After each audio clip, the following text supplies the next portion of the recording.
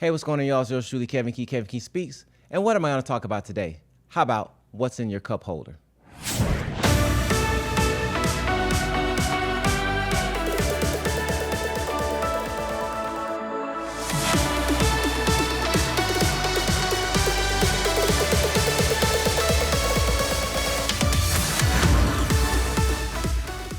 You know, it's an interesting topic when we talk about cup holders, right? Because you say, what in the world can we get out of a cup holder and motivation? Well, the other day I was sitting in the car and I had a drink in the cup holder and I went to grab it and my hand slipped and the drink poured into the cup holder. So instantly I'm like, man, I got drink in the cup holder here, stuff is splashed all around. And of course, invariably, you have somewhere to go. Now, in this moment, I can decide to just go and say, well, I just figure it out when I get there. Or I can take the time and go ahead and clean out the cup holder. So I ended up taking these napkins, putting the stuff in there, getting it out, and drying it off. And what was interesting was when I pulled the napkin out, I noticed it wasn't just drink on there. There were other things that were initially in the cup holder that had not been gotten out previous. Now, I liken this to our lives. And sometimes we just have things building up, dirty things that have just fallen in there just from life, just from circumstance, just time. And we don't really see them because they seem so small and insignificant at the time. And it's only after some other event hits it that we see that there was there, that we see that something was there the whole time. And so I find that some things that are in our cup holder are more obvious than others. Like a drink. We can easily see drink in there, and as we drive, it's sloshing around. But the other things that may be under the cover are stuff that's kind of dried. Even drink can dry over time, right? And if we leave it there, eventually it'll evaporate.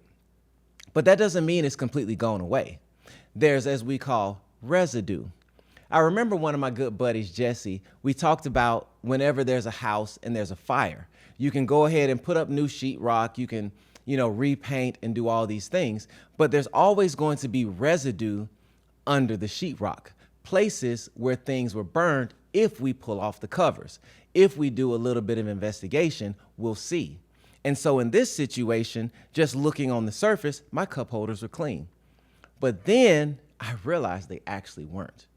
How many times is our lives set up like a cup holder that we're constantly putting things on top of it, right? We're putting drinks in there, we're putting cups in there, and it's going right on top of the very thing that we should be cleaning out. But we just continue to pack things on top of it until the day happens that something, spills, and then we got to deal with it. And as we think about our lives, we're so busy, we're running around that we really don't have time to do routine maintenance and routine cleanups. It's only when something happens that it forces us to really look at what we got. So what am I trying to say here, people? I'm trying to say that if we take the time to continually clean, then we don't have to worry about the surprises. Now, granted, drinks are going to spill no matter what, but some of the things we can actually clean up as we go. And we can take the time in order to be able to make sure that we have a clean cup holder. And so as we think about things, right, you have somebody else that comes in and you may be used to seeing the cup holder the way that it is, so you don't think about it. But then somebody else comes and looks at the cup holder and they see drink caked in, they see crumbs, they see stuck pennies and all these other things that we've just gotten used to being normal. And when somebody points it out, we have an option. We can take offense to them noticing our dirty cup holder, or we can be like, you know what? You're right. My cup holder is pretty dirty, and actually do something about it. I think we have awesome opportunities to have people to get in and out of our cars to help us take inventory of what the state of our car is. Because as life, we just roll and we just go and we just make it happen, and we don't really notice what's happening. Once again, it's only when some event comes our way, spilling of the drink, somebody else getting into our car, somebody, a mechanic or somebody that has to use the car, or anything, a family member that you're loaning, a friend, that now we're conscious of the things that we just allowed to be in there. People, it's time for us to just work on a little bit of internal maintenance. We all got cup holders. We've all got floor mats. We've all got seats. We've all got nooks and crannies of things that we're not proud of. And I know that's for sure with me. I looked at my car the other day and the seat kind of pulls out right here where your legs are. And I just noticed all types of crumbs and things that I just been neglecting. And when we start to open them up is when we really start to see things.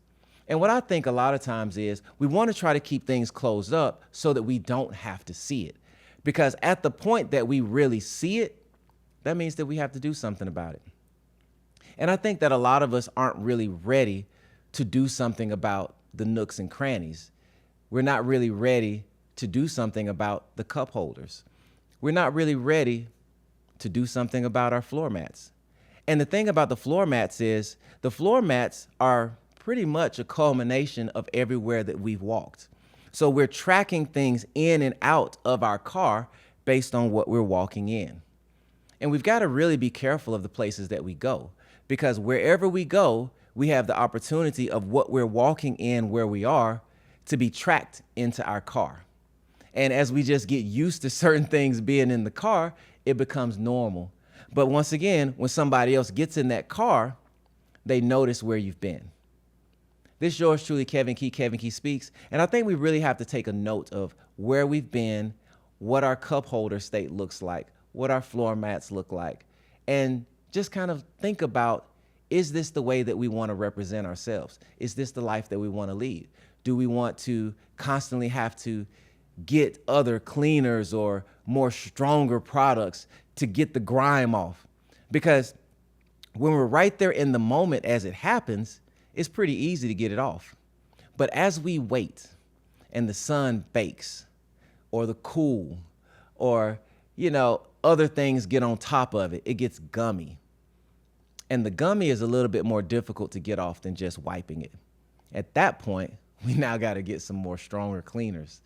And some of the stronger cleaners, they don't have the best smell to them. And as they react with the other things, it kind of makes it a little bit less bearable, which makes it easier to just leave it alone. But ultimately, if we want to have a clean cup holder, we're gonna have to do something about it. And I know it's tough sometimes to look at it, but I think that the sooner we look at our cup holders and our floor mats and our seats, the easier it's gonna be to get them clean. And it may be tough initially, but once you have them clean, I think we're gonna feel a lot better about riding in that car.